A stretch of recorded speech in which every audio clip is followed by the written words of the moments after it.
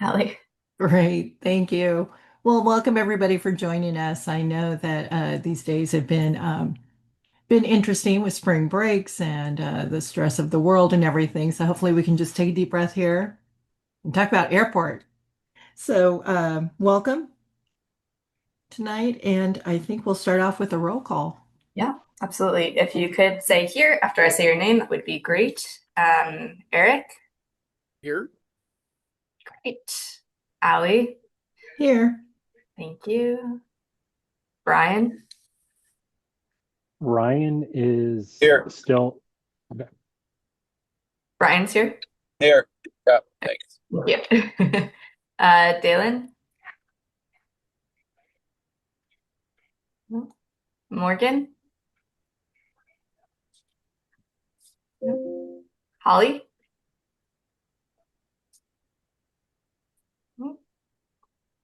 Lisa. I'm here. Hi, Lisa. Hey. Ed, Here. thanks, Ed. Mark, I'm here. thank you. Ken, Here. thanks, Ken. Evan, Here. great. Dan, Here. thank you. Guido. Okay. Stephen, Here. great. Ryan, no, Ryan. Oh, Ryan, was that you? Yeah, that was Ryan. Here. Okay, thank you. Trip, All right. Oh, here. thank you, Trip. And Velma, I just got an email from her. She's having Yeah, some she's technical sitting. difficulties. I just resent her the link. okay, but Great, thanks, Matt. she will be joining. Let me just, I think we have quorum. Yes, we have quorum, so we're ready to move forward. Thank you, everyone. Wonderful, thank you. We're going to go over now approval of March meeting minutes. Hopefully everybody had a chance to read through them. They were in your packet. Could we have a motion to approve? I can chime in for that. Great. I'll second. Thank you.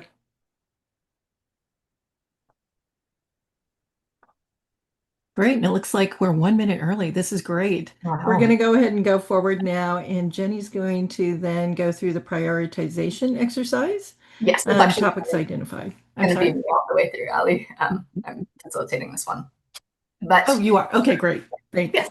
So wherever it says Jenny, it'll be my name. It's you. Okay, great. So Troy, well, let me give a quick explanation, then Troy, I'll ask you to share your screen. So based on the last conversations that some of us had at the ad hoc, and then the conversation we had last meeting, where we showed you the agenda priorities. Hi, welcome, Velma. We wanted to give you all a chance to kind of rate what order you think the priorities are most important in. And so I created a Mentimeter for you all to be able to do that. I'll give instructions if you're not familiar with Mentimeter to make sure you're all able to get in there and rank them. But this way, when Allie and Eric and KCI team get together to think about the agendas kind of going forward through this year, we can make sure to be representing kind of how you all voted based on what you were prioritizing in your votes. So Troy, if you don't mind sharing your screen, for people that are unfamiliar, in the chat, I'm going to just, so you can put in Menti, type it in, or copy and paste menti.com. And then Troy, it should have the code on there. Are you not seeing it? I can pull it up online if you're not.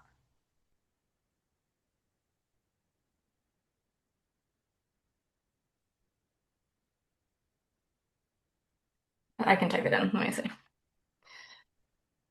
It's loading on my. And okay, so Menti will prompt you to give a code, and the code is 5824. I'm typing it into the chat. 1036. And let me know. Feel free to message me if you're having any trouble. You can direct message me. But Troy, I think you can share your screen again. This should have the QR code too, but sometimes Menti's finicky.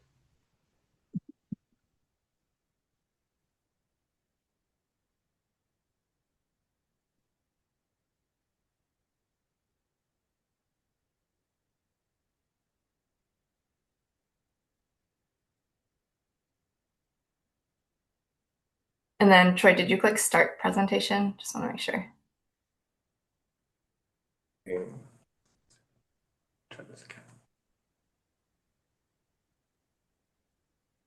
Thanks for your patience, folks. Will you also give us a definition of the colors? Like what's blue, what's yellow? Yeah, so they are labeled with the priorities. So it is a little tiny, but I can read them out loud while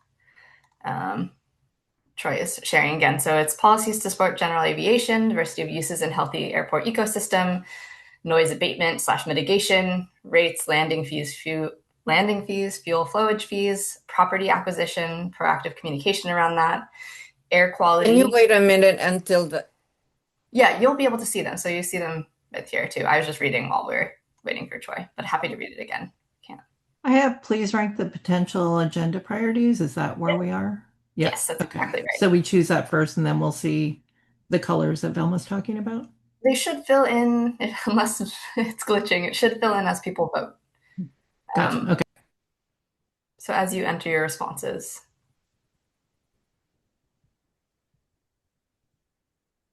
So before we do our responses, should we know which color is a priority? Do you not see the text that's listed with them? Excuse me? So there should be text that's listed with every category. Are you just seeing colors? I'm seeing colors. But no text? I'm seeing text, but I don't understand what the colors are. So the color just goes with the text above it. I know, but what does that mean if it's a blue? It doesn't mean anything. It's just an arbitrary color that's associated with it. The color doesn't have any meaning except that it's associated with that agenda. So can you take off the color? I can't take off the color now because those are set, but are people able to rank? We might need to reconfigure Troy if this isn't coming up, but I do have another question. So the Georgetown parcel, because there's several parcels around Georgetown, are you talking about by the steam plant? And can we see that? Can we see something else? Wait a minute. Can we see that? What? All I see here is join at menti.com.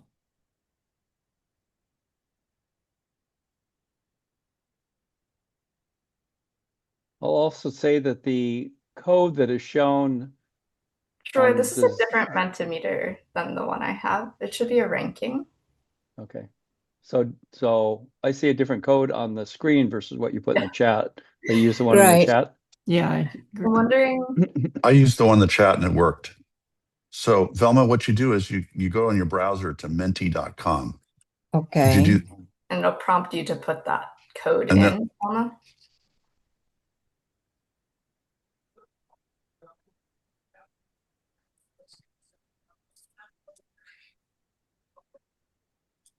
Okay, then I put my code to join. Yes, the code that's in the text though. Don't do the one that was on the screen if it's different. 58241036. Yeah. 5824 1036. Yeah, there you go. Are other people seeing it besides you, Stephen? Are people able to vote? I'm seeing it. I've voted. I haven't saved it yet though. Yeah. Okay. It's working for some people. Yeah, it's working fine for me. Okay, so wait. So when it says you're ranking top or drop, how do we rank? So you go down below and you click the ones that are unranked. So you go down to the list at the bottom, and when you click on them, it'll move them up to the top, and then you can play around with them later and move them up or down. Oh, okay. Thank you. Sure. Thank you, Stephen. Is anyone else still struggling? I have a question. Yeah, of course. One of them. Could you remind us what upcoming legislation is about? Yeah, actually, I think Ali, that was yours if you wanted to speak to that one. Upcoming legislation is things such as fuel and other items that we had talked about previously. Last year, one of the items, and it can be other things as well, KCICC had then brought forward as far as the ordinance, or sorry, the new seats to the roundtable.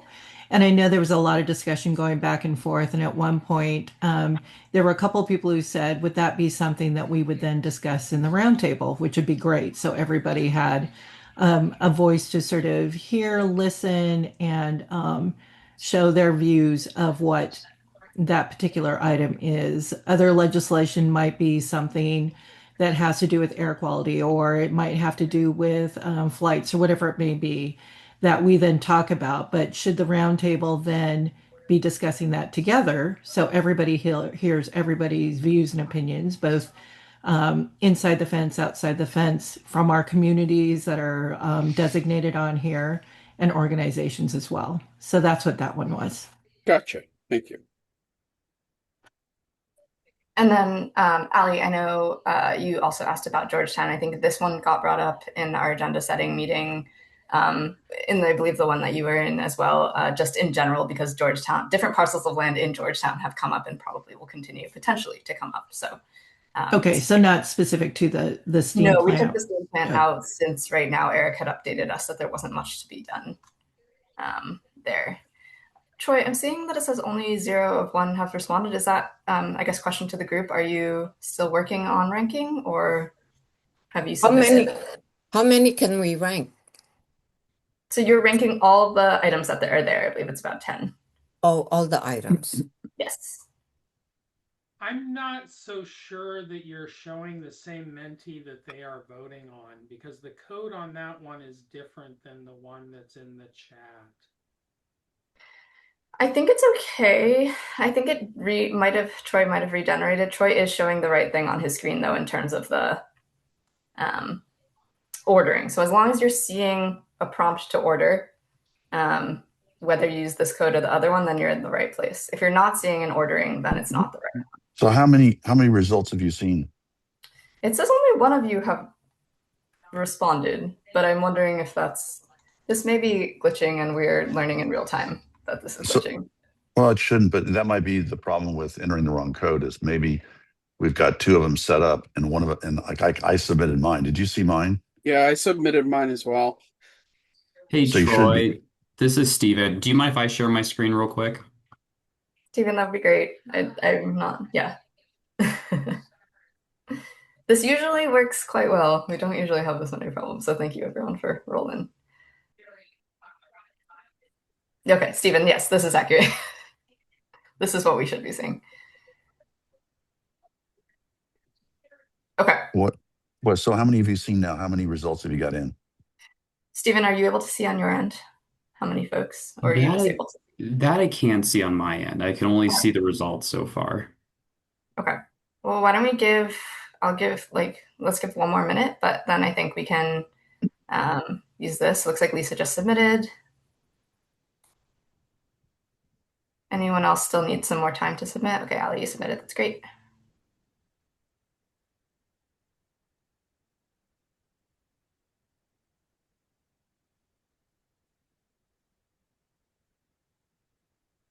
Ayoko, can you see who has submitted? I can't see it on my side. Can you see how many have submitted? I cannot either right now. We know if ours are being seen. Should be able to see it if you're sharing the presentation, Stephen. That's odd that you can't. Well, I'm just saying, you had said a minute ago you only had 1 person that had responded. And I know I had responded, and I think there was more than 1. So yes, I think Stephen is sharing his screen now. Troy was sharing his screen, and we were only seeing 1. I think that we're seeing more now as a result. Well, okay, so I see results. I see a bar graph, a Pareto. So that Pareto, does it say how many people have responded and voted on it? No, that's what I'm saying. I don't think we can access that now, but I do think that we're actually seeing the people that have voted at this point instead of when it just said 0 of 1 before. One concern. Sorry to complicate No, this further. okay. My results, yeah. my results screen is updating, and it is quite different than the one you're sharing. So that's not a good sign. Oh yeah, same here in different colors, right? I think it is glitching. I'm sorry, y'all. Okay, I wonder, Troy, we should be able to look at it and even after the fact to be able to see. I don't want to take up more time now, but we should be able to go in and see how many people voted. And if it's not a majority, then we will figure out a different way to do this, and I appreciate you all being flexible. This Can we usually, maybe like I just said, ask, has everybody been able to vote? that works too. I have. Yeah. Okay. Yeah, finished. Yeah. Has anyone not been able to vote? I guess is the other question too. Okay. Then if everyone voted, we should have been able to capture it. We just need to look at it at the back end. So we will report back on what we see and share that out. Okay. Okay. Thank you. That was bumpy. I apologize. We can move forward now, though. Jenny, Ali, I'm going to pass it back to you for public comment.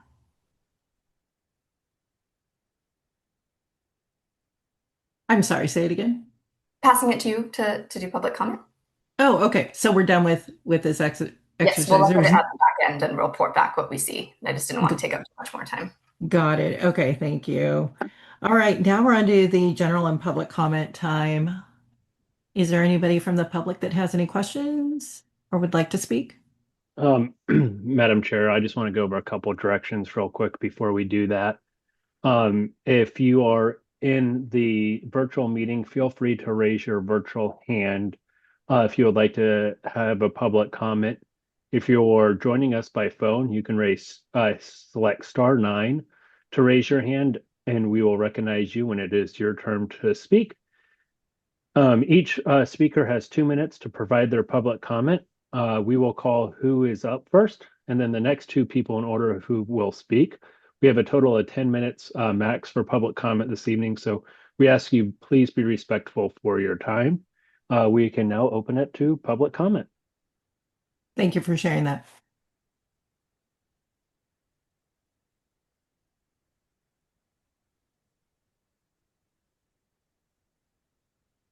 And I'm not seeing any hands raised in the virtual room. Do we have any folks in the room, Troy, that would like to make a public comment? None in person. Oh, hold on. We just had one person raise their hand with a phone number ending in 9012. You should be unmuted, and please state your name and your time will start for public comment.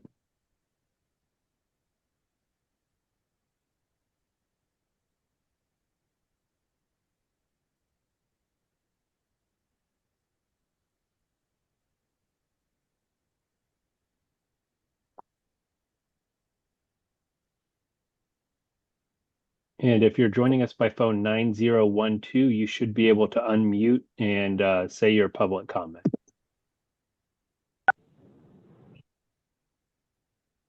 This is John Laporta, and I would like to thank the airport for labeling the gate, the walk-in gate at midfield parking.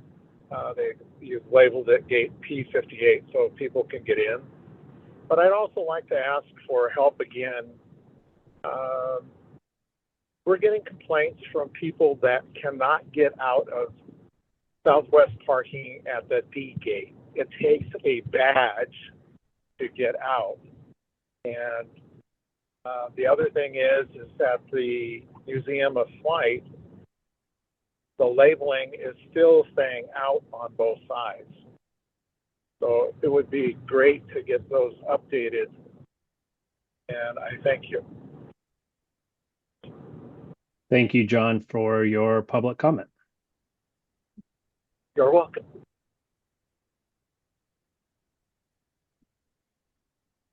And Madam Chair, I am not seeing any other public comments at this time. All right. Thank you so much. We're going to move on to the chair's report now. So that's me. There's a couple of housekeeping items I'd like to bring up, and I'm not sure. Let me know, and maybe I missed it in the packet, and my apologies if I did. Number one is update of financial disclosure forms by April 15th, which is coming up in 2 days. Is that sort of the drop dead day that you needed? It's April 15th? Yeah, that's That when is Rosa, correct. That's when Rosa from Boards and Commissions said that she needs it by. So yeah, if everyone, I know there was a reminder that went out when the packet went out. So if you haven't yet, please send that in. And if you need help, feel free to email me or Rosa, and we will send you another copy. Has everybody received a copy just for sort of a pulse check on this? Actually, does everybody have to fill it out, even if your term isn't up yet? Yes. Every year. Okay. Yes. Thank you. Maybe you could resend that to everybody just to make sure it's top of queue. Yeah, I can ask Rosa to send it again. Thanks, Nacha. Yeah, that'll be Thank great. you. Thank you. Absolutely. I'll go ahead and do that right now. Okay, great. Thank you so much. The other And question that I sorry, Ollie, it seems like the initial request for those went out early in the year, and I recall that I did mine, but do we have a list of disclosures that are still outstanding? That's a good question. Thanks, Mark. Unfortunately, the boards and commissions people are the ones that keep track of that. I wish I could tell you because it'd be much easier for me to pinpoint it to just certain people. But I don't have that data at this time. So let me just go ahead and email Rosa and try it. Maybe I can get that from her and do it myself. If not, she'll be the one sending the emails. So just look out either from me, Naja, or Rosa. Okay. Thank you. Thank you, Mark. Thank you, Naja. And it's good to know, are you sending those to our King County emails or our regular emails? Just in case people aren't checking. Yeah, I think that they went out to the King County emails, although the way that she sent the message, everyone was BCC, so I can't exactly see what she used, but if I'm correct, I think that she would have used the county emails, and I will go ahead and clarify with that with her right now as well. Okay, great. So Thank stay you. tuned. Any more questions on that? And I have a second question. Are we watching the video next month? The required video that we need to watch on public disclosure? And I think that's an airport question.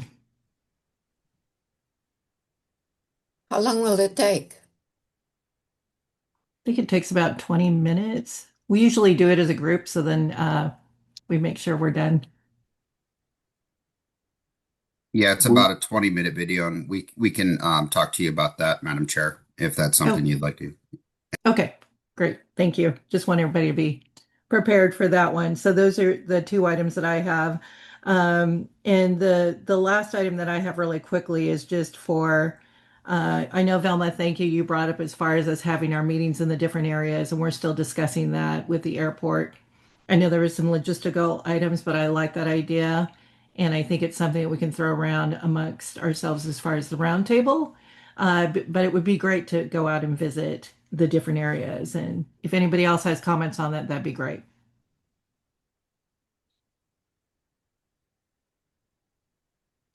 And if not, I'm done with my report. Thank you. Thanks, Sally. All right. I'm going to turn it over to Adam Novak, David, and Julie. And it looks like, Matt, you're going to take it from here. Yes, Madam Chair. Thank you you. very much. This evening we have two different presentations. One is focusing on the Vision 2045 preferred alternative. As you know, we've worked the last couple of years on the Vision 2045 plan, and we've now reached the preferred alternative stage. So looking forward to hearing from Adam on that. And our second presentation is from Julie Barrow, who will be discussing the upcoming public open house for our Taxiway Bravo NEPA scoping meeting coming up on Wednesday this week at the flight service station. So she'll be giving us a little primer for that meeting as well. So at this time, I'm going to hand it over to the Vision 2045 team to kick us off on the preferred alternative presentation, unless we have any questions before we get started.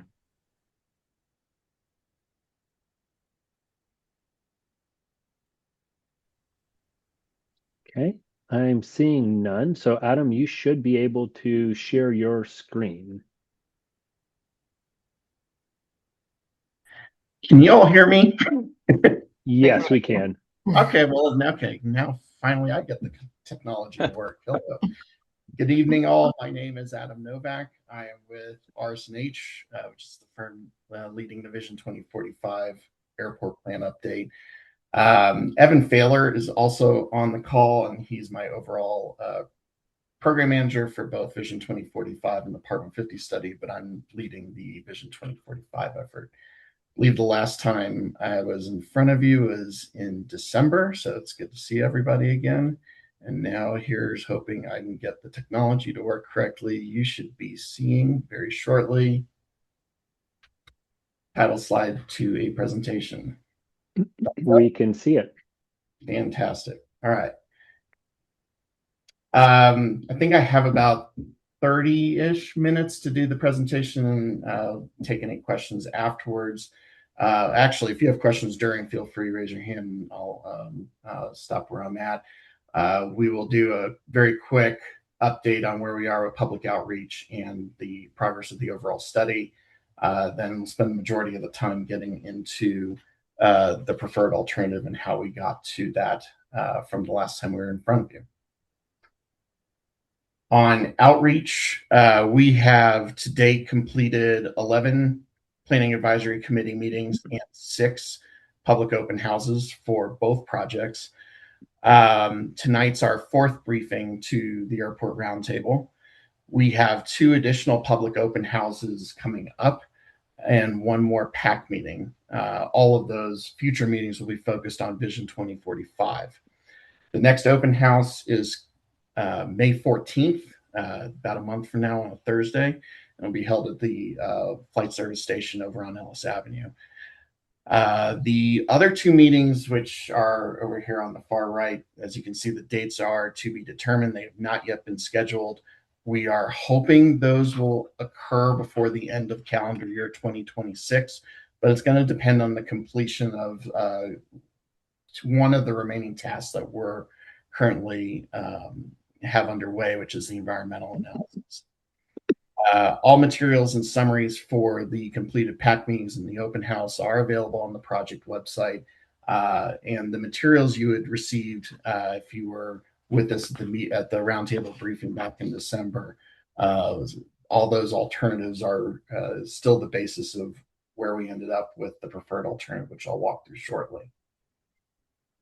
We did show this graphic at our last briefing to you to give an overview of the alternatives process for Vision 2045 and the workflow and how we used input from the public, the PAC, and the roundtable, how it was gathered and incorporated into our evaluation process.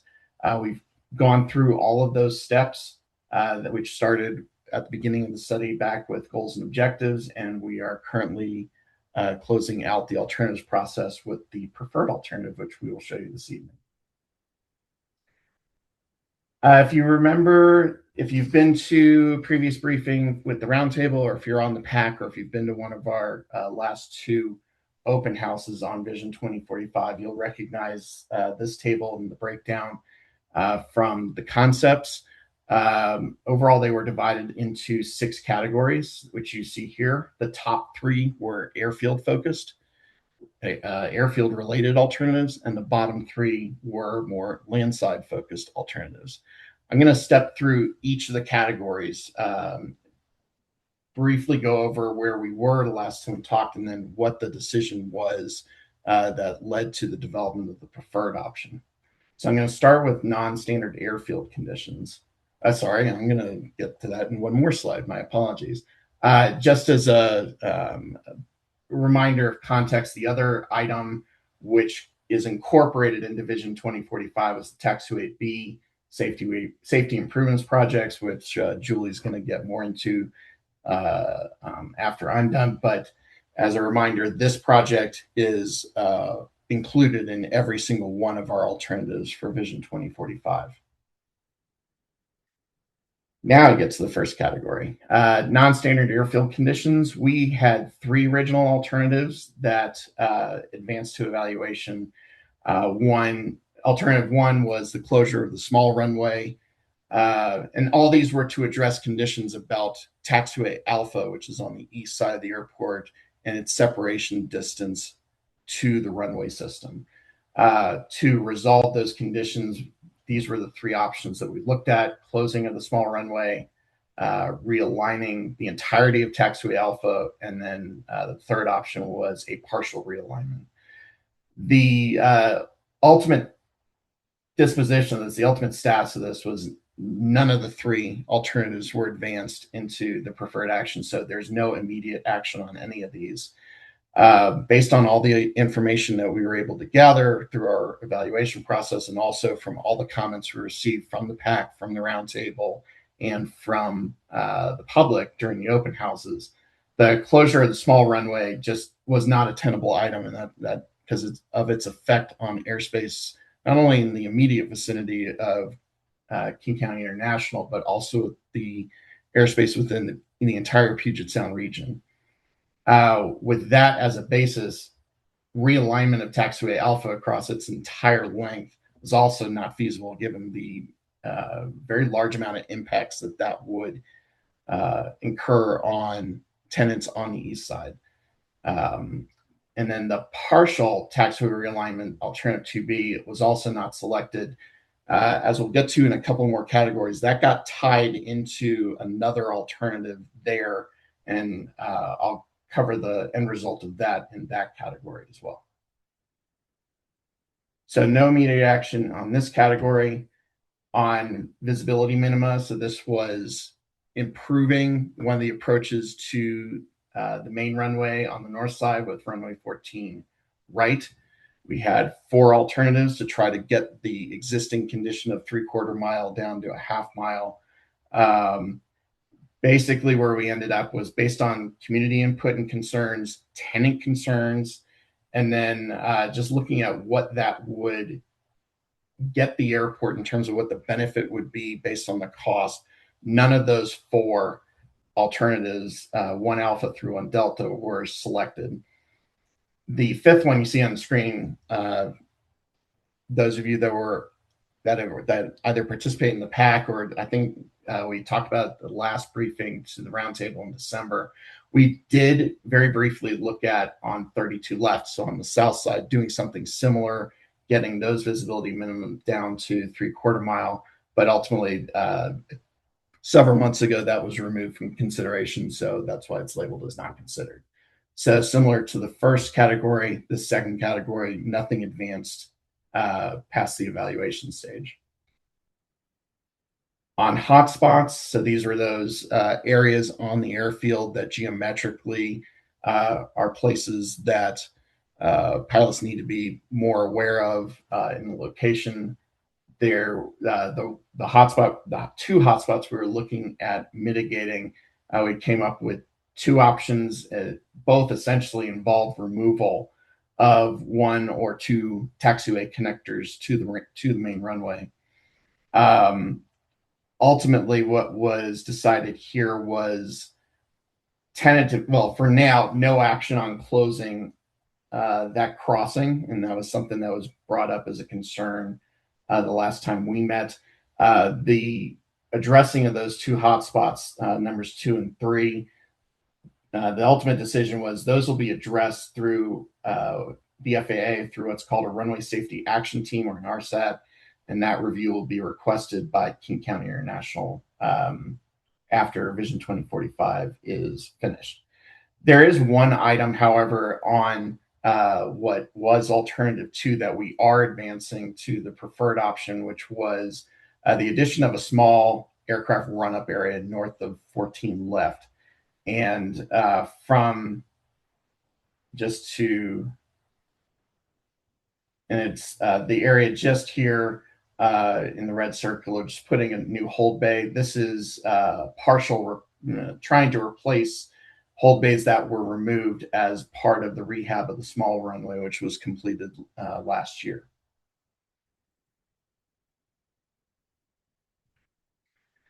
I'm going to skip around the categories very briefly. Multimodal, this was the last category of the 6. There was only one alternative looked at it, and it was identifying locations around the airport where non-vehicular modes could be advocated for. As if you'll recall, the airport doesn't own Marginal Way, Airport Way South, these are all controlled by adjacent agencies. So we've provided the locations and the items to prioritize in the airport's communication with those jurisdictions. That would include Sound Transit in their pursuit of a light rail stop just south of the Chevron gas station on Marginal. But it also includes additional coordination with them on bus stop locations and routes. And then we've identified the bicycle lane and sidewalk network connectivity locations for them to coordinate with the proper jurisdictions. Then we get to terminal. This is the main passenger terminal where Troy and the rest in the room are located now.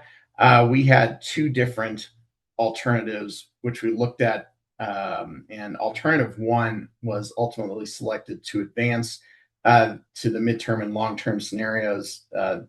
Reasoning behind this, that alternative is the most similar to how the airport operates that area today, and it reduces the amount of reconfiguration of airport parking. Alternative two is much more invasive on those lines, and also allows customs to remain in place in their current facility in the main terminal.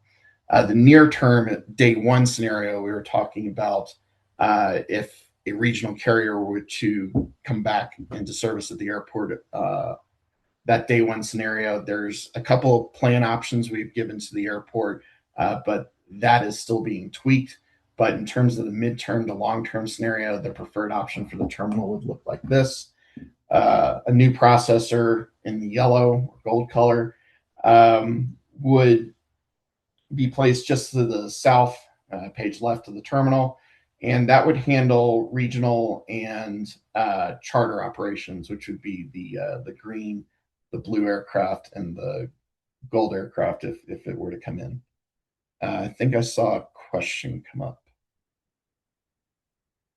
Velma, what is a processor? Basically, terminal build, a new terminal building. This would be a supplement to the existing one. So, where you would go through ticketing, drop off your bags, and where you get onto the plane.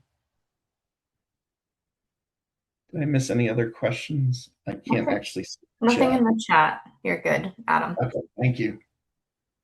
I'll keep an eye out. Oh, Ayako's got my back. I know that. So thank you very much. Of course.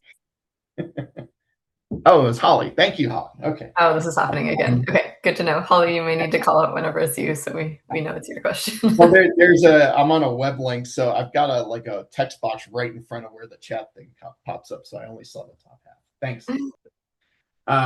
So that new building would handle sports charters, any regional carriers that were to come in, and then this would also allow Seaport and Kenmore to gain 2 additional spots from the 4 they have now to the 6 are shown here, and then customs remains in place.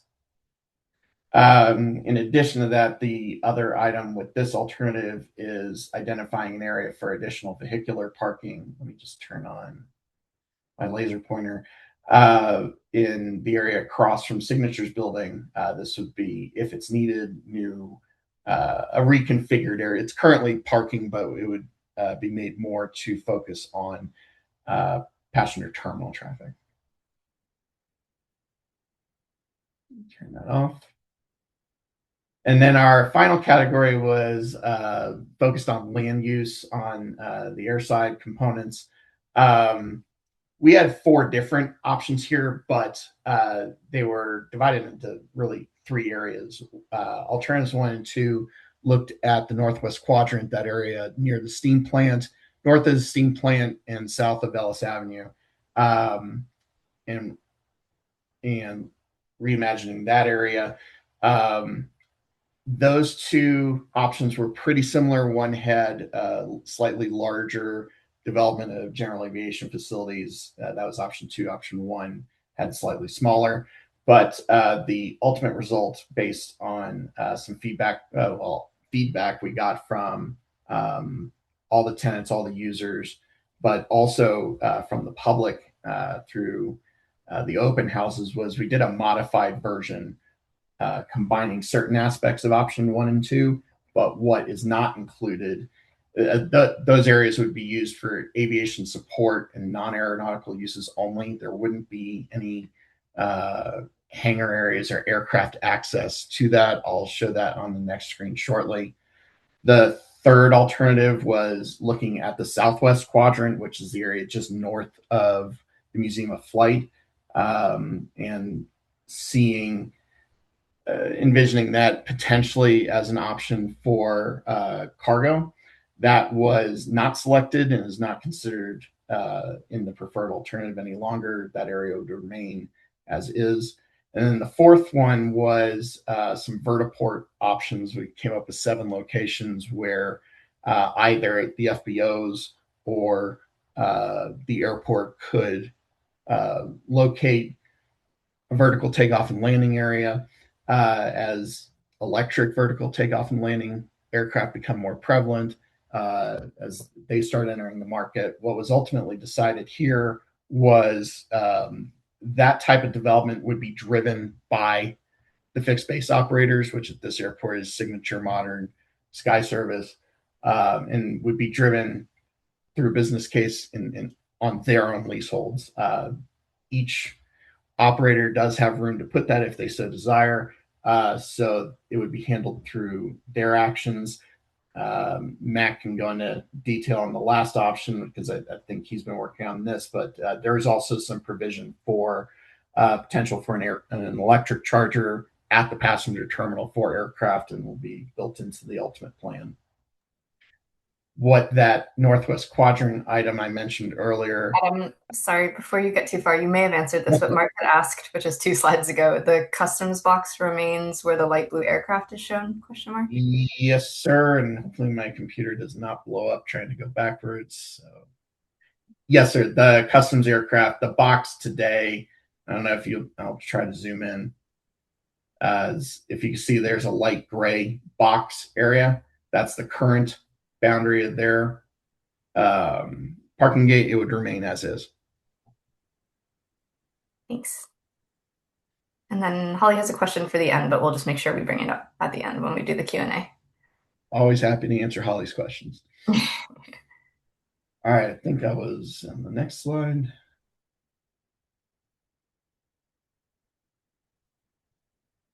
It's trying. Hold on. There we go. So this was the modified version of the land use alternatives 1 and 2. The blue areas, which I have highlighted here in the green box, that would be set aside for future commercial or office related uses, would not be basically it would be termed non-aeronautical. So it could be in support, but it wouldn't be like aircraft access. Well, none of this would be aircraft access, but the idea that area would be more commercial or office related. The second area, which is the pink magenta color, that would be designated as aviation support and related facilities. So think airport maintenance shops. Basically, it's similar to what's out there now, just a slightly expanded area as the airport is looking to accommodate the activity they currently have and is anticipated. For context, the Georgetown steam plant is, let me get my pointer back out. Trying. The slide's been giving me troubles. Apologies. I just want a laser pointer. Okay, here we go. The Georgetown steam plant is right in this area. There would be the dedicated access and some on-street parking to that facility. And then on either side would be the areas for aviation support. But as you can see, there's no aircraft access and no additional hangars. Matt, is there anything? I think I've hit the end of the section, but if I've missed anything you wanted me to point out, just let me know. The only thing I would point out is, there's one maintenance building today. You see That's getting demoed and replaced to meet today's standards. And you see a second one. The second one's primarily for snow removal equipment storage. It's required to be stored indoors per the FAA. So right now it's being stored under a canopy. So that would be bringing that into compliance there. Thank you. Question, I think. Velma has a hand up. I couldn't tell, Velma, if that was your question in the chat as a follow-up to Holly's, or if you had a hand and you wanted to ask a question now. So please come off mute if you do have a question. And Lisa does too, it looks like. I did. Did you want me to ask it now, or am I in line? Oh no, go for it.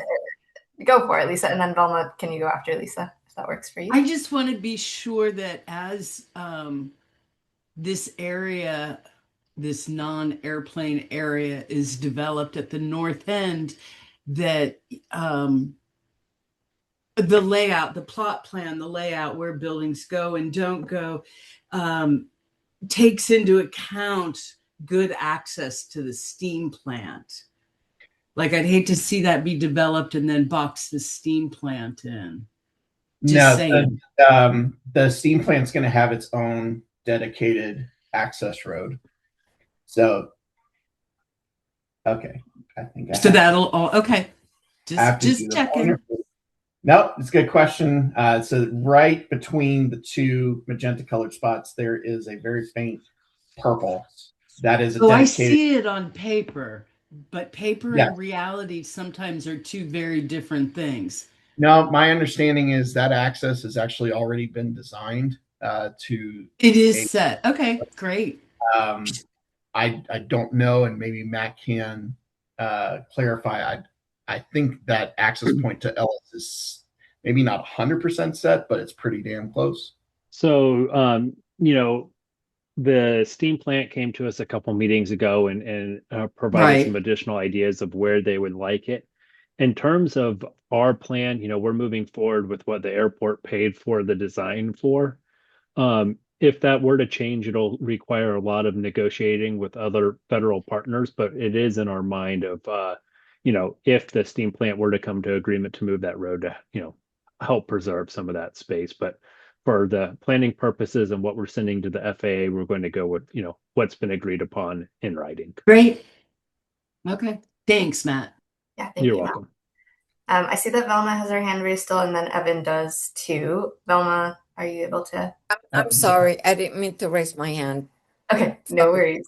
And then Evan, did you want to ask your question? Yeah. When they're talking about the visibility reduction, for landing, I can't tell based on this picture what's going to happen to that prior permission area with taxiway Zulu. It looks like it's not going to be usable runway anymore, but that yellow line makes it look like maybe it is. So that's part of, yes, sir. That's part of the taxiway Bravo project, and what is currently in the plan is and I should have the demo color here, but this portion of taxiway Zulu between the two blue areas, that would be pavement that's removed. The PPRP would still be around. It would effectively act in the same exact way it does today. However, this is being done to remove one of the three current hotspots, and that solution would, in order to use the PPRP, you would actually come down off of Bravo onto the pavement, and then what's remaining and what's being filled in would be basically a turnaround, a U-turn. Okay, that makes sense. My other question could probably wait for the Bravo, but it's about GA parking capacity. Is that better suited to wait for the next section?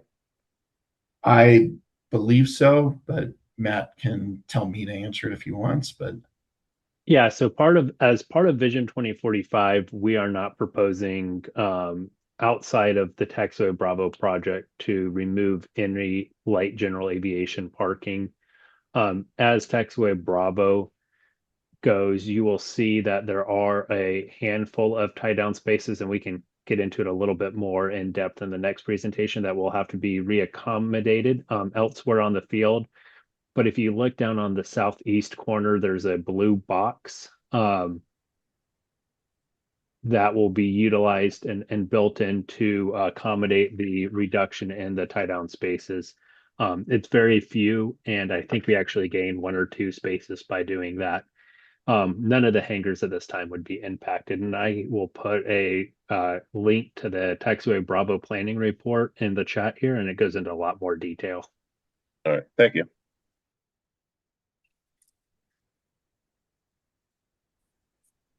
Any other? Aiko, any other questions I missed? Nope. I had a question. Oh, sorry, I didn't see a hand. Yeah, this is Stephen. Given the constrained nature of the airport, it seems just a little odd that we would have something that's not that wouldn't be aeronautical use. So that commercial, I think you referred to the commercial area in the northwest. Mm-hmm. So, what do you think? So with the dedicated access to the Georgetown steam plant, having aircraft able to cross that road just isn't going to work. So the area on what would be the west side, even to access the airfield, would have to cross a public road. So that was the primary reason why, if there was going to be any non-aeronautical use, it needs to be in this area. Does that free up other space to use for aeronautical purposes? As you identified earlier, there's not a lot of available land space to do that. What we looked at were the areas that were available. Okay. All right. Thanks. Mm-hmm. Okay, I think you're good at it. Okay. So the overall put everything together with the terminal items we discussed near the passenger terminal, and then the land use area in the northwest quadrant. And then you can see the other components are the Taxiway Bravo safety improvements project.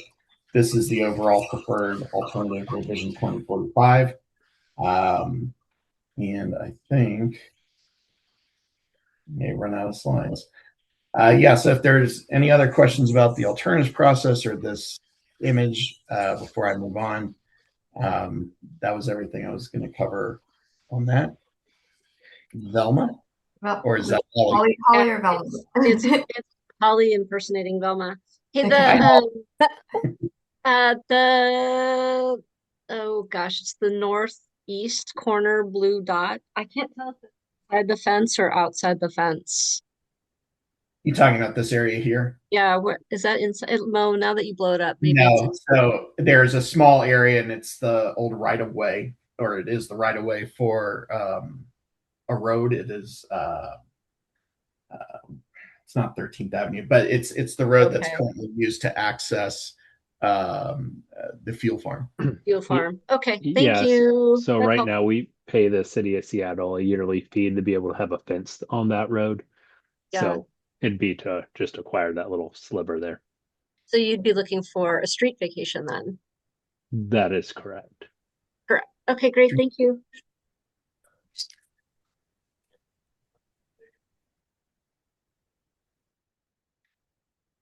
Okay. In terms of our next steps, we have the Open House 7, which will cover pretty much the material we've presented to you tonight. Same location as our last 6 open houses at the old flight service station on Ellis. That'll be May 14th. Where we currently are with the analysis is we've moved into the environmental overview and the financial planning stage. So that is what we will be working on. That'll take us a little bit. And we anticipate there's going to be one final PAC meeting and a final open house sometime, we hope, in 2026. But date to be determined, because we will do that once we have the final information with the environmental overview and the phasing and funding plan, all of which are tied in some manner to Taxiway Bravo's project. Then once those open houses, once that last open house and the PAC meeting are done, we'll wrap up the plan documentation and for the FAA and for King County Council. And Holly, you had a question, I think related to this in the chat, about being able to see modified status versions before the plan goes to council. Did we answer that in the last slide, or would you like to restate that question? No, I was trying to do a thumbs up, but forgot that I can't do that. That answered the question. Thank you. Perfect. There was also the other, if a council member wants to change anything or add anything, was a question that I'm not sure if it was Holly's Velma or That Velma's was Velma. no, that was the real Velma. That was the real Velma. Okay. OG Velma did ask about Velma. Did you want to ask your question? I can scroll back to your question. But. So the question I was asking was, we present this to the King County Council. What happens if they want to make changes? What do you do with it? Does it come back to us, or? I think it would depend on the change they were requesting. But in general, yeah, depending on the request, until the plan is adopted, things can be modified, I would imagine. So the question, the reason I'm asking this question is there's going to be a lot of changes happening inside the airport. And what some of the community folks have always wanted was a full environmental impact statement regarding King County International Airport. So when you're talking about, so that's one of the issues that we're raising, is that, okay, so you're gonna move some of these buildings, you're gonna, so we want to know what's the full environmental impact and how will it impact the constituents or the communities around it. Matt, is this something you want me to get into, or is this something that is part of the next presentation as well? No, I could take it. The next steps we're doing, Velma, is looking at a high-level environmental analysis, like Adam said. So we will be submitting, and I think Dave Full's on the call, so please interrupt me if I say something wrong. We will be submitting with the plan a SEPA checklist that goes along to the council. And if they have edits or changes at that time, we will address those. With that said, we will be getting an ALP, which is an airport layout plan from the FAA that'll ensure that each and every project before it gets built will also have to go through its own SEPA and NEPA analysis. So we'll do one for the plan, SEPA checklist for the plan that'll get submitted with it to council, and then each project before it gets built will also undergo its own SEPA and NEPA process. Okay, thank you. Thanks, Matt. Any other questions? Not seeing anything in the chat. Sorry to follow up. So Matt, you're saying that as you get updates, you will then update the roundtable?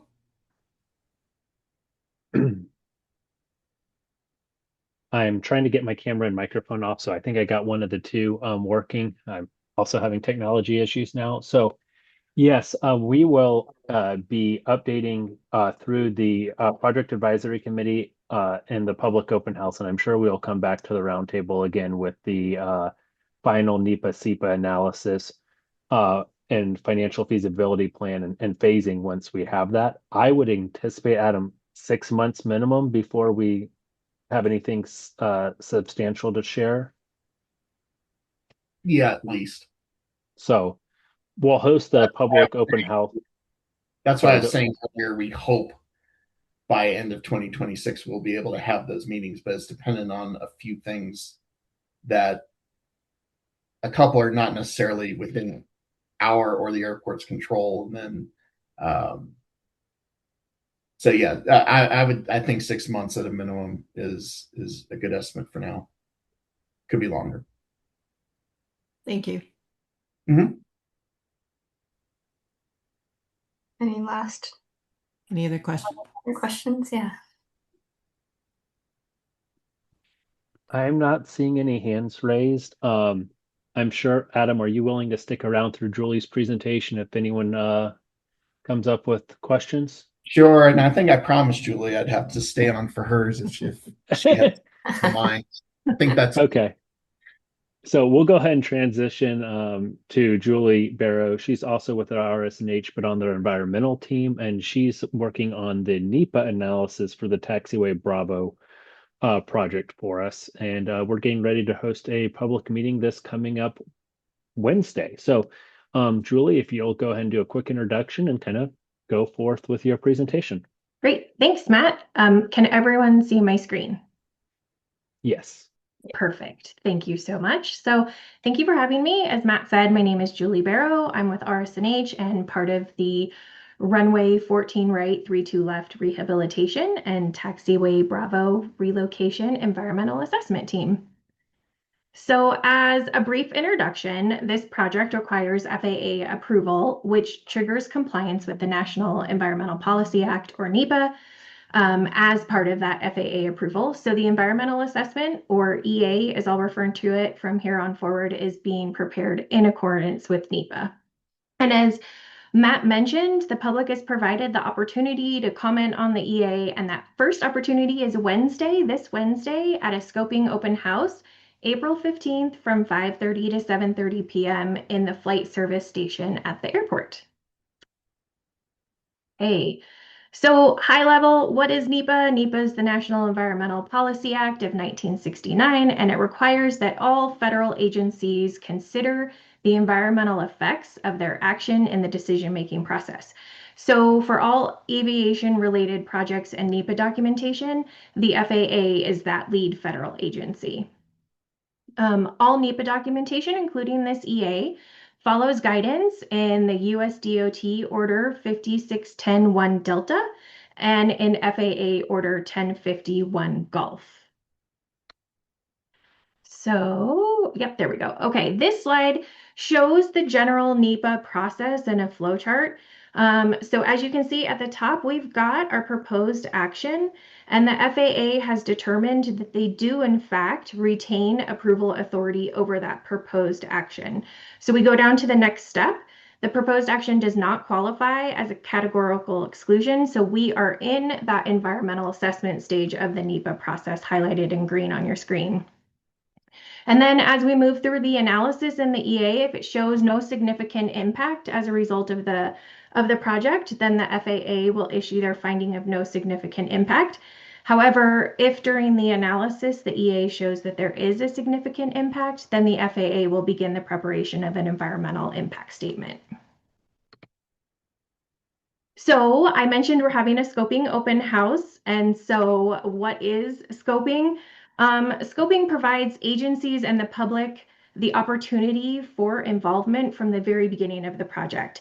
The information we receive during this scoping process helps the project team to identify areas of concern that we should be considering as we start our analysis of the project in the EA. There we go. So let's talk a little bit about the purpose and need for the project. The purpose and need for any project describes the problem that an airport sponsor is facing and then the proposed solution to that problem. So the purpose of this project is to enhance the safety of aircraft operations at the airport in 3 ways. Extending the structural life of runway 14 right, 32 left, providing a 400-foot separation between the runway and taxiway Bravo, and establishing a 259-foot wide taxiway object-free area, or TOFA, to meet current FAA standards and ensure that reliable pavement surfaces are clear and unobstructed for aircraft movement areas. Okay. Okay, can you guys still see that next slide? I don't know if it moved. Did it advance? Are you guys seeing a PCI rating? It did. We're good. Okay, great. Thank you. I'm having trouble advancing my slides. So the need for the runway rehabilitation is that the runway pavement was last rehabilitated in 2006. So it is approaching its 20-year life expectancy. There was a 2024 Pavement Condition Index, or PCI, evaluation, and the pavement conditions ranged from poor to satisfactory. And you can see on this screen kind of this scale of green to having failed in gray. And FAA considers a PCI value of less than 65 to be critical for pavement repair. So the runway pavement falls within that. So the need for the taxiway Bravo and TOFA relocation is because the existing runway to taxiway separation distance does not meet current FAA standards. The current FAA standard for a runway to taxiway separation for this runway and taxiway at the airport is 400 feet. The existing separation distance for this runway and taxiway Bravo ranges from 325 to 350 feet, making it deficient by about 50 to 75 feet in meeting that FAA 400-foot separation standard. Okay, so let's talk about the project a little bit. So there are many project components associated with the proposed action. So we've broken them out into demolition and construction to make it a little bit easier to see everything that's going on. And you can see in the black boxes there, we've got the call outs down below that are zoomed in more so you can see what's going on. And I won't go through all of these, but you can see that we have demolition of the existing taxiway Bravo and its connectors pavement so that the taxiway can be shifted over that 50 to 75 feet. We also have some building demolition, and that includes the tower and the ARF building, and we also have some parking surface lot and the vehicle service road pavement demolition. And then we move on to the construction. In this graphic, you can see that the pavement is constructed for taxiway Bravo. Hey, Julie, real quick. Yes. Sorry, can you go back one slide? I just wanted to point out one thing. So, actually two things. So, Julie mentioned that the ARF and ATC need to be relocated.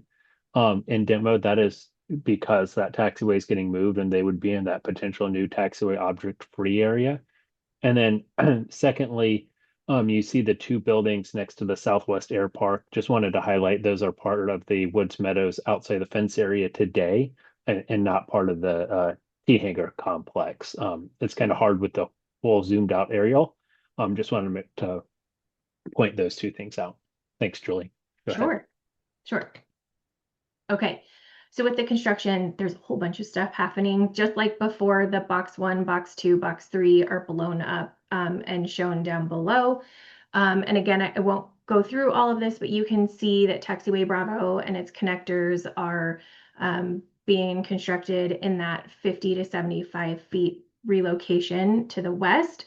There's new surface parking lot pavement, the replacement tower, the replacement ARF, in addition to the runway rehabilitation itself. Matt, is there anything you wanted to point out on here before I move on? No. Okay. I just wanted to add actually real quick, Julie, on this one.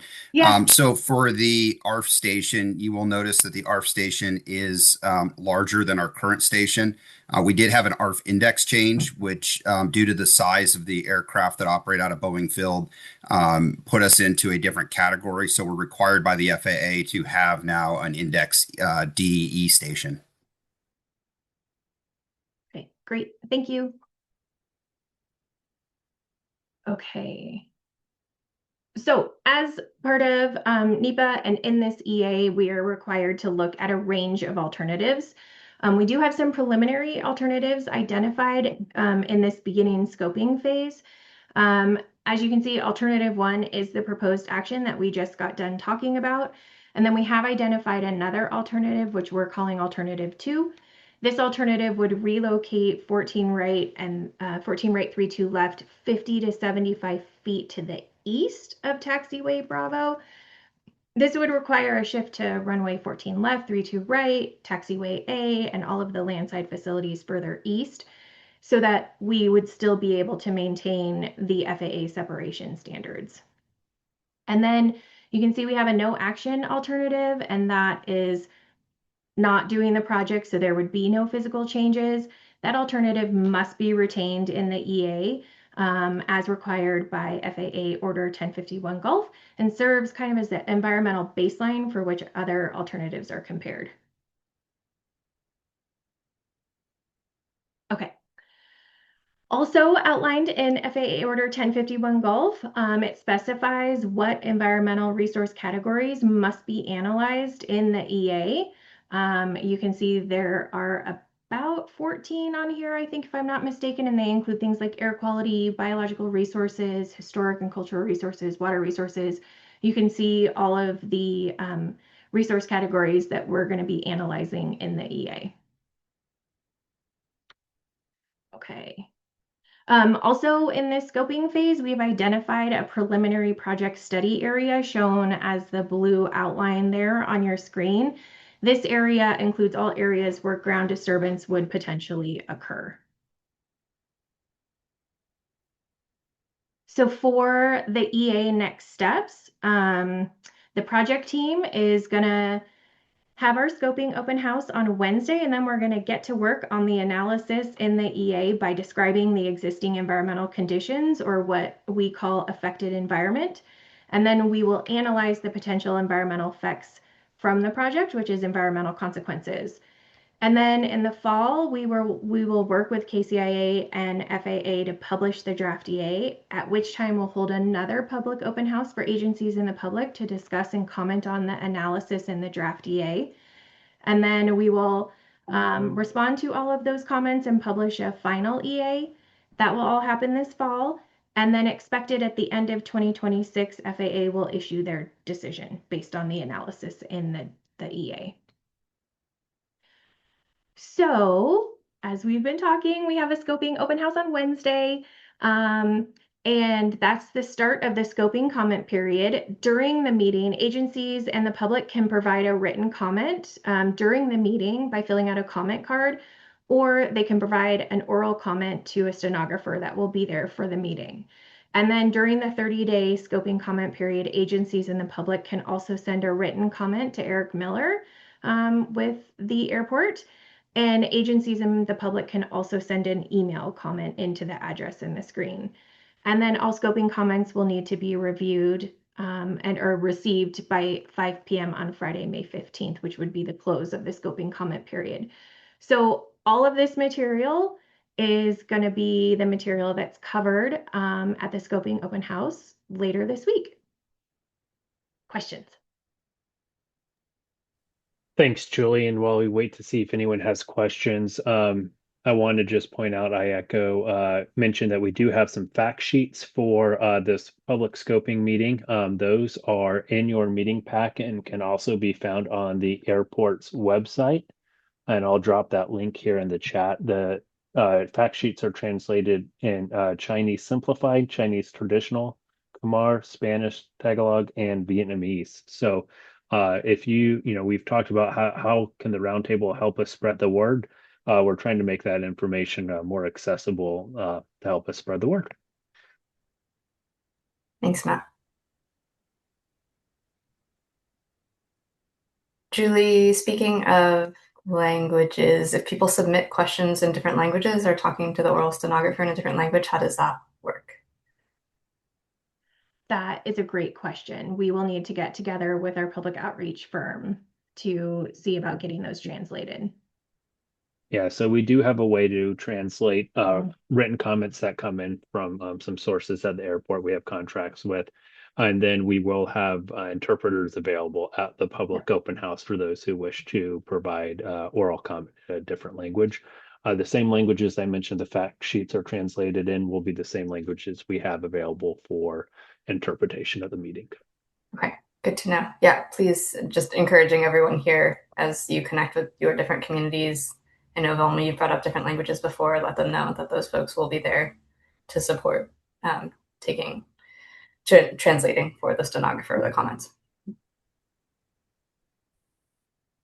And Holly, I wanted to make sure I saw a comment in the chat. Links are easier to share Was there a specific link you're looking for I can provide real quick, or did I share the one you were looking for?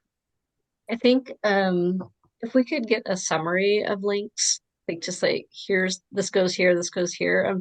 I'm struggling to track them in the chat. I'm opening them all up, but like it would Yeah. be if y'all have that Yep. easier to do, that would be great. The easier it is for me to send out, the more likely I am to share. Thanks. Sounds good. It all goes particular, back to the airport's website, but yes, it can be a web to find the right spot. yeah, that would be great. And in particular, can I also have the link to Adam's presentation or some sort of a summary? So his presentation is in the meeting packet. So if you click on the airports, I'll throw it in the chat, but if you click on the meeting packet for this roundtable meeting, the presentation is in there. It's a very large file, so I've I know. moved it to PDF. Okay, And thank then, you. yeah, Velma, that's a good question. Also, I see Mark said Julie's slides aren't in the original one, but I believe Naja, that's the one that you had sent as a follow-up that included some of the translated sheets as examples, and then also this PowerPoint. Is that true? No. That is correct. And the link I'm getting ready to put in the chat has it all combined. Yes. Thank you. But yes, if you're looking in your email, then it would have come in two pieces. Any other questions, thoughts? Not seeing raised hands. Anybody in the room? Okay. Thank you, Julie and Adam. Maybe if it would be okay, we could get a summary for everybody for the roundtable from this, just because there are a lot of links, and I know it'd be great to have them all in one email, if that's possible after the meeting. Yeah, Stephen, I think that's something I'd look to you to discuss with what the kind of is in the packet for the next round, but I think the notes usually capture a lot of it too. Yep, we can capture it in the notes. Yeah. Wonderful. Thank Thanks. you. Then everybody can have it sooner than later. Great. Well, thank you very much for your presentation. I'm going to pass it over to Troy and Matt now.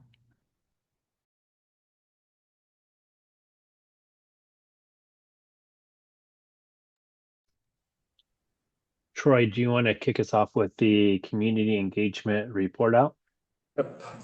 Can y'all hear me okay? All Yes, we can hear you. Perfect. Thank you.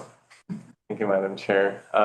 So quick report back on what the external relations team have been doing this past month. So we have attended first Thursday tabling Museum Flight to share information with community members and attendees about upcoming events such as the open house that's coming up. And thank you, Julie, that already mentioned that we have open house coming this Wednesday. And if you're free earlier that day, we are hosting the Airport Week cleanup at 1:30, from 1:30 to 3. The airport is providing all the materials, so gloves, pickup tools, trash bags and everything. And then we'll have our ARF officers to ensure safety for pedestrians crossing the airport way as well. So that is happening. If you're free and want to see us all day on Wednesday, that is happening. And then we are going out in the community, attending meetings in South Park and Georgetown. It's coming up. Again, giving folks kind of updates on what is going on at the airport and the event that's happening.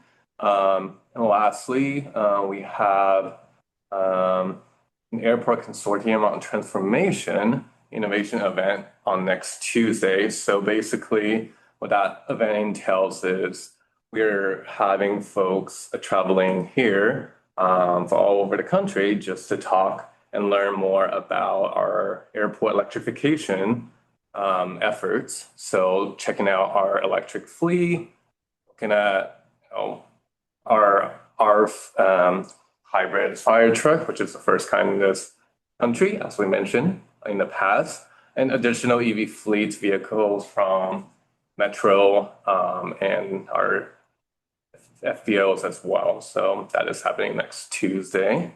And yeah, that's just kind of some of the event that is happening around the airport, and that's my update. Thanks, Troy. And just in case I missed it, for the Airport Way cleanup, for those that want to join us, 1:30, just meet us right in front of the terminal. If it's drizzling or raining outside, we're still going. We'll just meet inside the front doors, but plan on meeting us right out front the terminal on the sidewalk at 1:30 for the 15th. We look forward to having you for that. Thanks, Matt. I just You're want up to next. say I've done the airport cleanup and it's actually kind of fun. You get to chit chat, you get to know the airport a little bit more and the people that are there. So, roundtable members, if you want to get to know the airport and kind of chit chat and tell them, have a little talk with them while you're picking up garbage, it's a great way to do it. Absolutely. I also see that Mark in the chat asked if the airport consortium meeting is open to the public or not.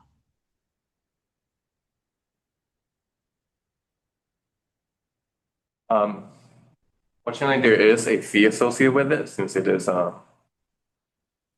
Yeah, I can take that one. So it's actually through the American Association of Airport Executives. The group is comprised of airports that want to lead the way in the industry.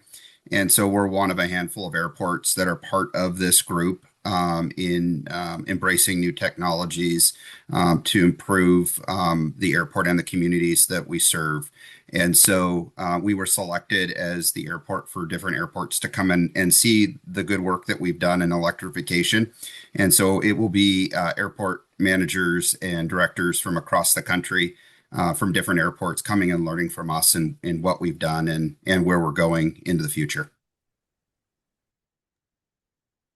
Thanks, Dave. So I'm just curious though, for someone that has an interest in airport electrification, is it possible to attend the meeting? And if so, what time is it on Tuesday? We would have to check with the AAAE staff since they're the ones that host this. It's really the airport is just providing the information. It's actually fully hosted by American Association of Airport Executives. So, okay, thank you. You're welcome. And then Troy already talked about the open houses. I'll just do a quick reminder of that as I get the next screen pulled up here. This Wednesday, April 14th, April 15th, we have the Taxiway Bravo NEPA scoping open house. And then in May, about exactly 1 month later, I believe it is May 14th.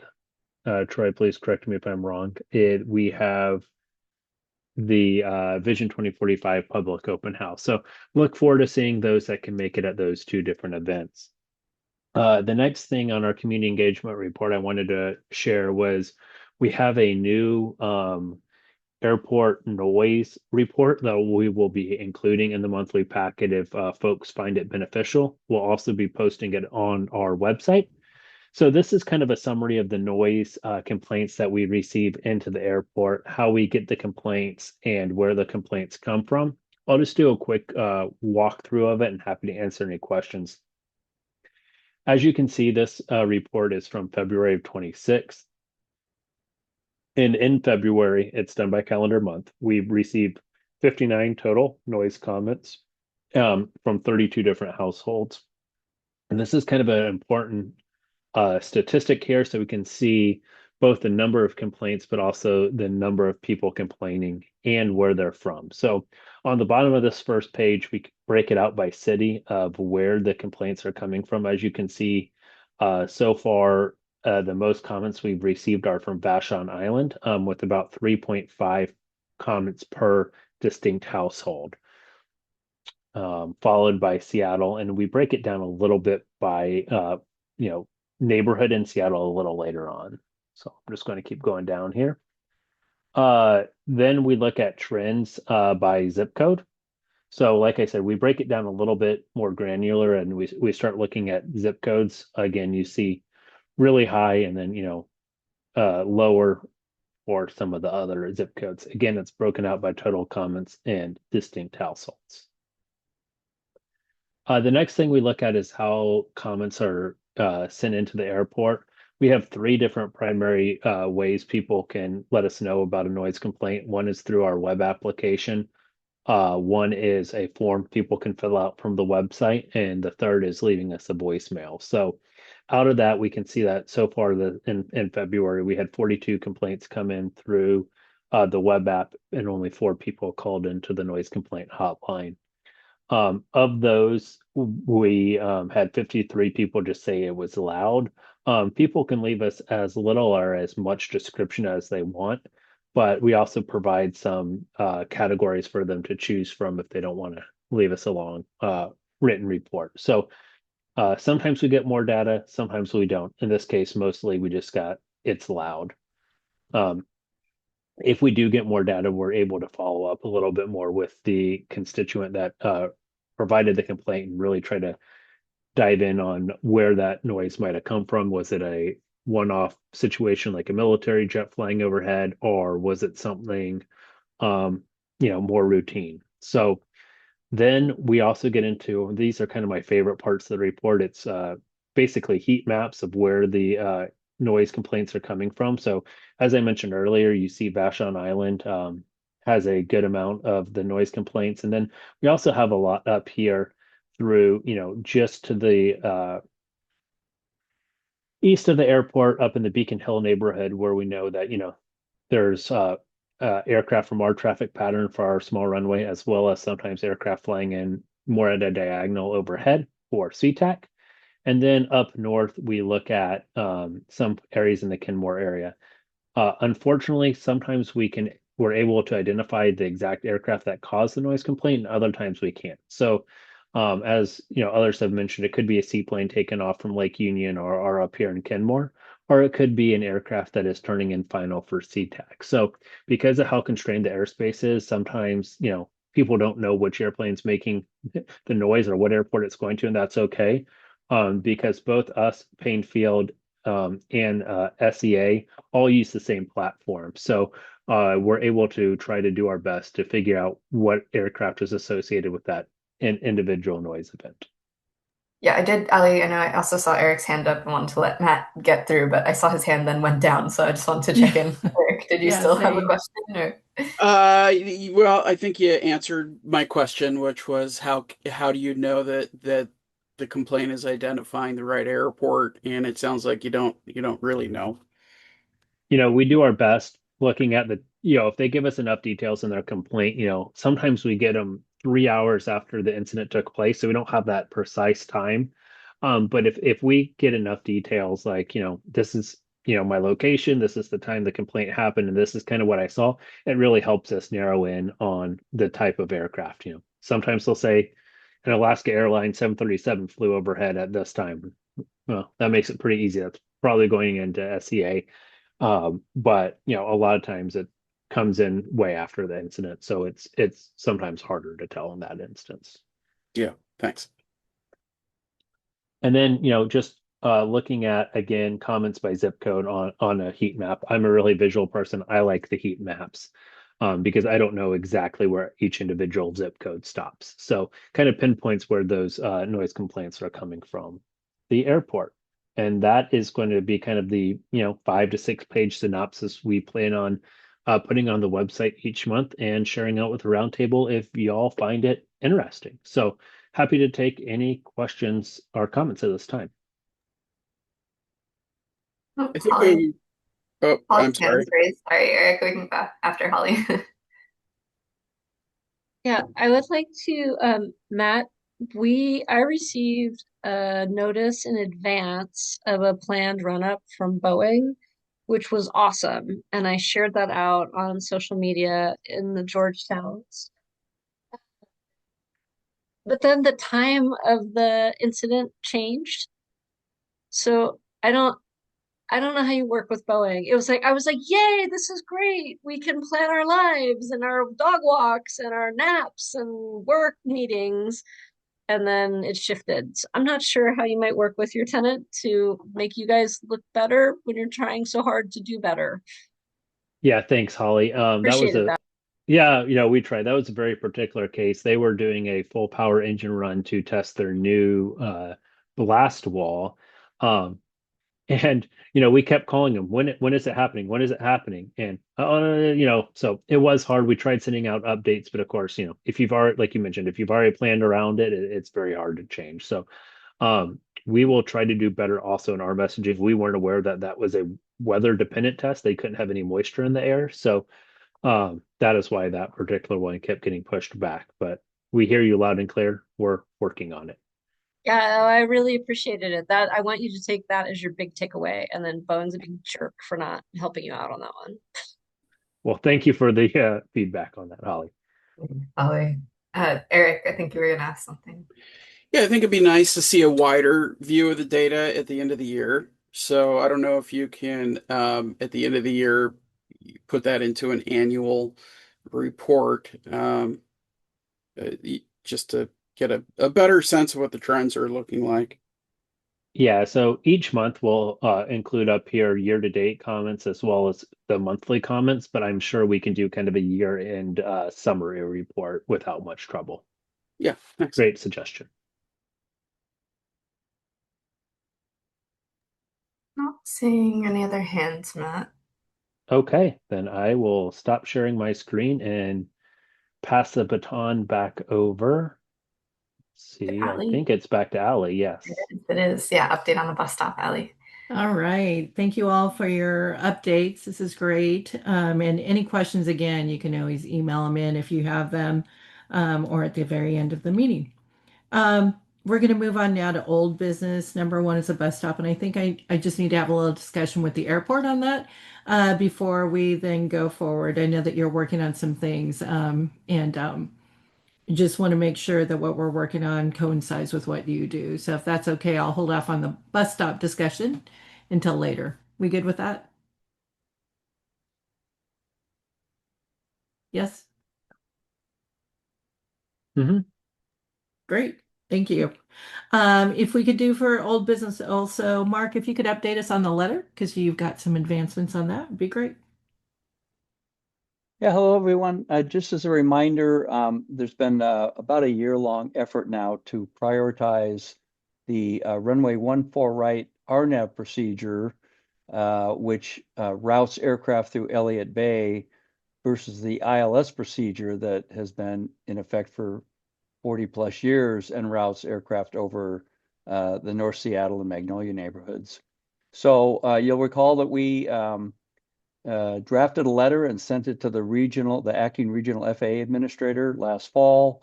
We received a reply in December indicating that they felt they could not prioritize the RNAV procedure because they felt that the precision of that approach was not adequate to ensure traffic separation with Sea-Tac arrivals overflying Boeing Field and overflying Elliott Bay. So we did some more research. I actually disagreed with their finding. We did some more research, and that the language that is used to describe and classify precision approaches versus non-precision approaches is changing both within the FAA and within the larger body, the International Civil Aviation Organization. So we gathered our data and composed another letter, and that letter was sent back to the acting regional FAA administrator today, and so we'll see what happens. But I'm a little bit of a pit bull on this issue because I've lived on Magnolia. I've got lived experience with aircraft flying overhead, and I'm just kind of not willing to let it go. So thank you, all of you, for your support and agreement to kind of speak with one voice from the roundtable in pursuit of this effort. And I'll continue to update you as we hear more. Great. Thank you, Mark. Any questions? Ellie, Lisa has a question, but maybe it's a new business related question. It's about sound transit and Boeing in the chat. So I'll let you decide if you want to take that to the airport now or move to new Great, business. thank you. If we could finish now that Mark is done talking and see if anybody has questions on that, and then we can go back to airport participating in sound transit. Going once, going twice. Thanks, Mark, for the update. Okay, we're going to pivot here to the airport participating in sound transit's conversation regarding the Boeing access. I'm going to turn that back over to the airport. Any comments?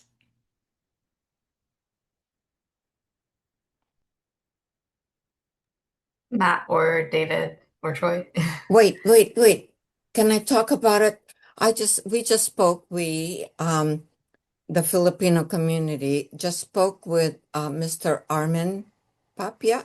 I think it's a city council member at King County. So we're having the same problem with Sound Transit in the Graham Street station. And what we are looking at is we can't have one without the other. So we have to have the Boeing access stop, and we have to have the Graham Street stop. So I wanted to know if there was a way that we could form a coalition together. It's a good question. Velma, are you asking if we can form the coalition through the roundtable? Yeah, we should bring the people from the Graham Street station and the Boeing access station, and then form a group and put pressure on both the King County executive and the new mayor of Seattle. Great, thank you. And Lisa, I'm going to go to Lisa's question and then come back, Velma. Okay. So really quickly, and that does include Velma. So yes, the Graham Street station and the Boeing access road would either be cut from the project or built together. So that's correct. And it still goes back to the question, because this is all happening now. I think decisions are tentatively going to be made in May, possibly extended to August. But that was my question, and maybe it is in part to Troy. Is the airport actively voicing a need for that Boeing access road / Graham Street stops? Is anybody from the airport being represented? Anybody have an answer? Thanks. So I think I'll turn it over to the airport, and then we can come back to Velma's question as well. Go ahead. No, we have not been involved in those discussions. We did have some conversations with the city of Tukwila, and they have a strong interest to try to service that area of their city. And so I think that would be a good thing for the roundtable to provide some feedback to the airport on, and for the roundtable to pick up. Okay. Thanks, Troy. I'm seeing that now. But nobody specifically from the airport is the airport invested in those stops? Not invested, not interested? Obviously, I think it does serve a decent portion of our workforce. I would be definitely interested to hear from our Boeing representatives. I know we have some on here on the call to better understand how that could meet the needs of their employees and their workforce, but other tenants as well. Okay. So how do we tap into that quickly? I think it's a great idea. As far as what Velma had said, there's several communities that are interested, and I think if the roundtable is willing to then do a subcommittee for this, that would be wonderful. I think we could take a vote on it tonight if you'd like to then create the subcommittee for this. What are we calling it? It's actually Sound Transit and Metro, so together. So how do you feel about that, Lisa? Yes. I mean, anything that would even just simply independently sending out comments in behalf of the need for the stop. Allie, I think that having a bus run down that airport way will be contingent on whether or not there is a stop at the Boeing Access Road. Um, yeah. Great. Yeah. Yeah, So thanks. yes, I guess And anybody from the airport and that's is interested. there So so I talked to Lisa. I talked to Armin Yep. Tapia. So Yes. Yes. so we talked to him. He said he has been talking to the King County International Airport. I don't know who, but he didn't mention a name. But the Filipino community is having a rally on May 11th at the Mhm. Graham Street station, Graham and MLK. So I'm gonna ask Armin if he wants to join, and then we can include the Tacula station. Yes. Okay. Okay. I So just have maybe a side note for us, away from the just the meeting without torturing everybody. no, I think this is fine. I mean, again, it's something that we're looking to possibly adopt as a subcommittee. I think, Adam, you came off mute for a minute. Did you have a comment? Or were you just maybe clicking your button? There. Sorry. Did you say Adam or someone else? Yeah, Adam. Wasn't me. Oh, okay. Thanks. Is there anybody here from Boeing who maybe has a comment? Hey, Ryan's on. Hi, Ryan. Yeah, hi. This is something that our transportation and folks who deal with helping managing our commuting and Mhm. commute are looking at, but I don't have an answer for you right now. Okay. Thank you. Great. Thanks. I think this is worthy of a subcommittee. And if so, if somebody could make a motion that you'd like to create a subcommittee. What does that mean to create a subcommittee? I have to wrap my head around that. Similar to what Velma was saying. Velma, do you want to create the subcommittee or give the motion? I don't know if we really need a subcommittee. What I okay. want, what I want to do is I want to send a copy of the letter that we have put together in the Filipino community. I tried to post it in the chat, but it won't take it. But I want for you to see the letter that Graham Street constituents are sending out, and then maybe we can sign on to that letter. We as, members. Mhm. Would When do you everybody need be it signed on by? Sorry, Lisa. Well, I think the question in part maybe is rather than creating a subcommittee for this, would everybody on the round table be amiable to taking on an email with information on how you can submit your 2 cents to Sound Transit in support of a Boeing Access Road / Graham Street Yeah. stops? And again, those 2 stops will either be dismissed or built together. So that's it. Is the gang open to that? Thanks. And leading back to Adam's presentation, is there anything with Adam's presentation that sort of feeds into this or? For the 2045 airport? No, because it's outside the fence. Yeah. That is correct. It is outside the fence, Yeah. but we did, put some in one of the alternatives, looking at some potential stops and leaving that space available for, a bus loop, and coordinating with those jurisdictions, but it Yeah, is you coordinating did. with the jurisdictions. Yeah, and so that's something that I'd been working on with Metro and Sound Transit. There's some community outreach that's been happening. It's been all the way around the city, not just one area. I think that it would be good to however mechanism we use to then keep the discussion going here, because it does pertain to the airport. Have a roundtable discussion somehow, or email, or however we can do it without creating a quorum.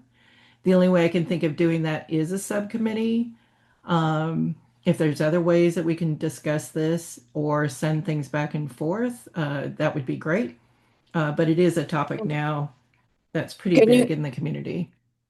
can you take a look at the link that I sent? Because it has the letter. I don't see a link No? from. Yeah, I'm Does not anybody else see it? either. I wonder. There.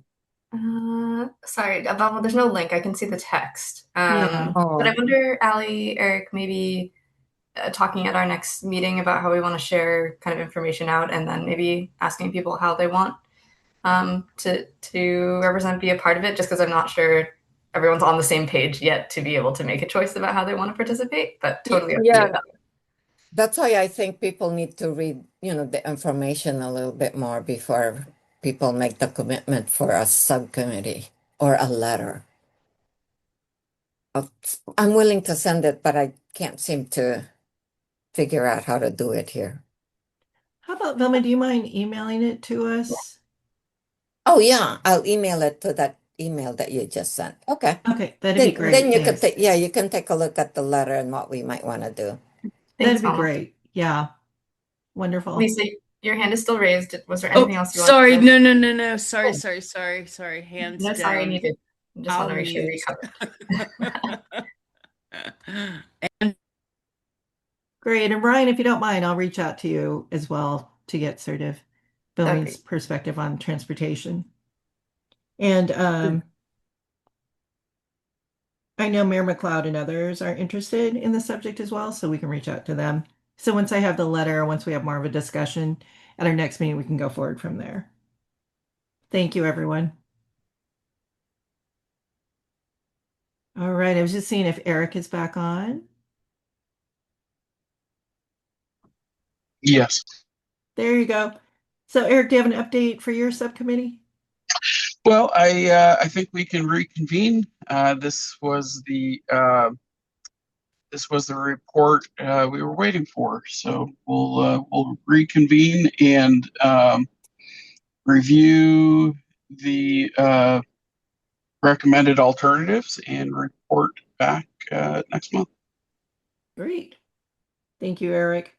All right, I'm going to move on to new business now if there's no other old business. Are you making a BLT sandwich? No, just bacon. Just bacon. Well, that sounds delicious, Lisa. Oh, shit. Sorry. No, it's okay. I'm glad we all got to participate in that. I just wanted to call out Ali in the chat. Mark also wrote is a letter/recommendation from KCIA Roundtable to Metro Transit/Sound Transit more powerful than individuals responding to a survey. A subcommittee could draft a letter for roundtable consideration. So just that's what I was thinking. We sent a letter out months ago, just as far as for the bus stop for the airport here. There was a lot of discussion in a sort of a subcommittee they had for Metro Sound Transit as far as events that are coming up that also included multimodal and how that works together. So I think a follow-up letter would be awesome for us to draft. But I want to read what Velma's is first, follow up there, and then we can come up with a plan together. Sounds good. Great, thank you. All right, we're on to new business, which is a little bit of homework for everyone. So hopefully you'll accept the challenge here. The roundtable agenda for next May is coming up, and I'd really like to have your input. I think that the airport hearing from just Eric and I is fine, but I think they would love to hear any ideas that you have as well. So if you have ideas, they're due by April 20th. You can email them in, you can call us, whatever it may be, for any sort of questions that you may have or agenda items that you would like. It could be something fun, it could be something adventurous, it could be anything that you have questions on as far as wanting to work on, but would love to have your input. And again, the due date for that is April 20th. Don't forget your other homework, which is then filling out the financial disclosure. That's number 2. And then thirdly, don't forget to join us in May because we've got our 20-minute video. So bring your popcorn, get ready to watch the video. It's very fun. All right. So I think that's it for new business. Anybody else have new business? I'll cover that in a minute, Ayaka. So I just sent you the letter that we're sending out. Oh, awesome. Thank you. Thanks, Donald. Great. Great. Any more new business right now? You can tell me now before the 20th too.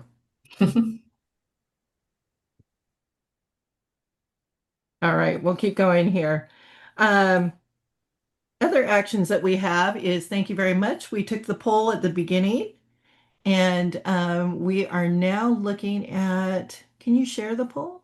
So, Allie, this is what sorry, Ellen and I were going back and forth. So there was a glitch on the Mentimeter side. Matthew and Troy realized that as collaborators, you can share it, but it doesn't work well. I was Googling. So if I share my screen and do it again, we'll count the first time as practice. Hopefully everyone will see all the same things and it'll go live. So this is a bit slightly of an experiment, but I think that this should work and we can do the same activity again. I know we just have a few more minutes, but Allie, if you're game for that, we can try one more time. Yeah. If it's a mess, we'll just cancel it, but I want to try and do it one more time if we can.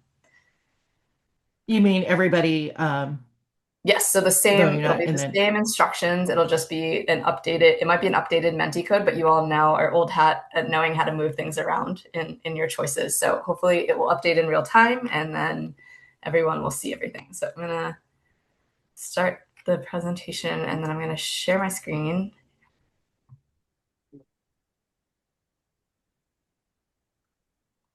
And now I'm hoping that it's more seamless for folks. So I believe what you're asking is to go back and click on the Menti link that yes. So either you can either use this, you can scan this little QR code, or you can go to menti.com and use this new code that's on the screen. If it is not adding that back into the chat again, please. Yes, absolutely. Great. For those of us on tiny devices, could you say the code? Yes, I'm going to type it in here. It is 55245753. This should resolve it. If it doesn't, Mentimeter is not working anymore. But you said 55 and it says on the screen 5224. You are right. Thank you. 5224. 5224 5753. Thank you, Allie. Sure. Only 4 people responded. You're fast. Oh yeah, Holly, it's okay for you to use my link. I'm supposed to, yeah, I think Mentimeter is having a hard time. So it is catching things. But it's not showing it live.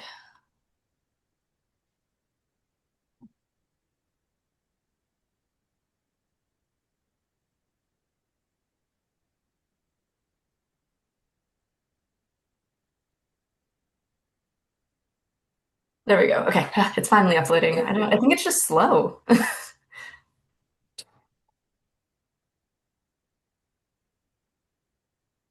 Yes, okay. So Mentimeter is just working very slowly today. I think that is a glitch that I was also reading about. So it will adjust as it catches up to the data. So you're seeing it shift slowly, but in real time.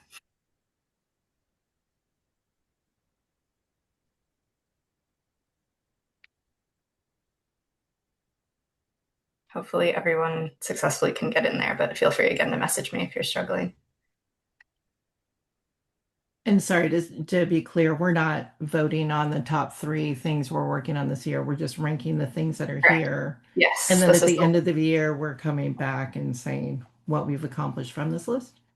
We can definitely do that, Allie. I think this is the kind of the first step is to guide setting up agendas a little more proactively. And then I think we absolutely could say these are the things that we covered from this list that got generated. That's helpful for folks. Is there anyone that hasn't voted yet?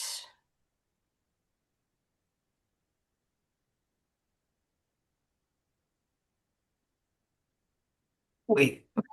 Yeah. We're voting again, right? Yes, Lisa, we're counting. The first one is practice because now it's actually working. Okay, just checking. Thank you. No, yeah, for everyone, the first one was practice. This one's actually not glitching and it's working. It's just a little bit slow to catch up. Okay. Velma, were you able to get in there again? I'm trying. Okay. Okay, got in. Okay. Ali, it looks like as of now, obviously still waiting for a few people, but things that are rising to the top, to your point, kind of top 3 or 4 policies to support general aviation, diversity of uses, and healthy airport ecosystem. Community engagement is also rising to the top. Upcoming legislation, and rates, landing fees, fuel flowage fees. It looks like the bottom things that maybe are less priority for folks are FIFA, revisiting the 2023 audit, and air quality, which is interesting. My ranking is different on my individual one than what yours is on the screen. Maybe it just takes time for it to I think update. mine's slower than what you might see. You might be seeing more quickly. Well, anyway, yay, we did it. We did it. Thank you, everyone, for going through the first round with us. Thank you. And you'll be sharing this out, right? Yes, absolutely. We can do a screen capture of this too. So Perfect. Thank you. Great. Thumbs up on everybody who had a chance to answer here. Oh, I guess you can't. Sorry. My apologies. We're not that kind of meeting.